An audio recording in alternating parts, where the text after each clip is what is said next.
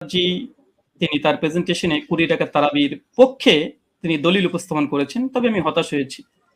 হতাশ এইজন্য হয়েছি যে ৮ রাকাতের পক্ষে আমরা যে হাদিসটা পেশ করেছি মুয়াত্তা মালিক থেকে মাত্র ৪ টে সনদে।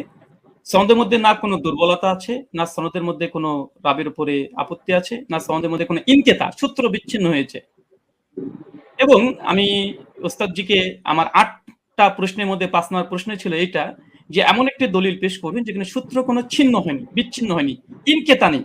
সনের মধ্যে কোন মুনকাতি কোন সনদ পেশ করবেন না। দুর্ভাগ্যজনক হলে সত্য কথা আজকে তিনি ১ম যে দলিলটা পেশ করেছেন, তিনি একটা মুনকাতি একটা দলিল পেশ করেছেন, সূত্র বিচ্ছিন্ন একটা দলিল পেশ করেছেন।